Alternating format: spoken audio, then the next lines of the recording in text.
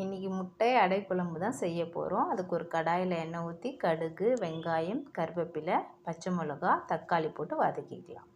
வதக்கிட்டு உப்பு, மஞ்சள் தூள், குழம்பு மிளகாய் தூள் ஒரு 2 ஸ்பூன், தனி மிளகாய் தூள் 1 ஸ்பூன் சேர்த்துட்டு நல்லா வதக்கிக்கிட்டு புளி கரைசல் 1 கப் சேர்த்து 10 நிமிஷம் குழம்பு கொதிக்க விட்டுடலாம். குழம்பு கொதிக்கிற டைமில் 3 மணி நேரம் ஊற வச்ச துவரம்பருப்பை மிக்ஸி ஜாரில் சேர்த்துட்டு இஞ்சி ஒரு துண்டு, சீரகம் சேர்த்து கொரகொரப்பாக அரைச்சிடலாம்.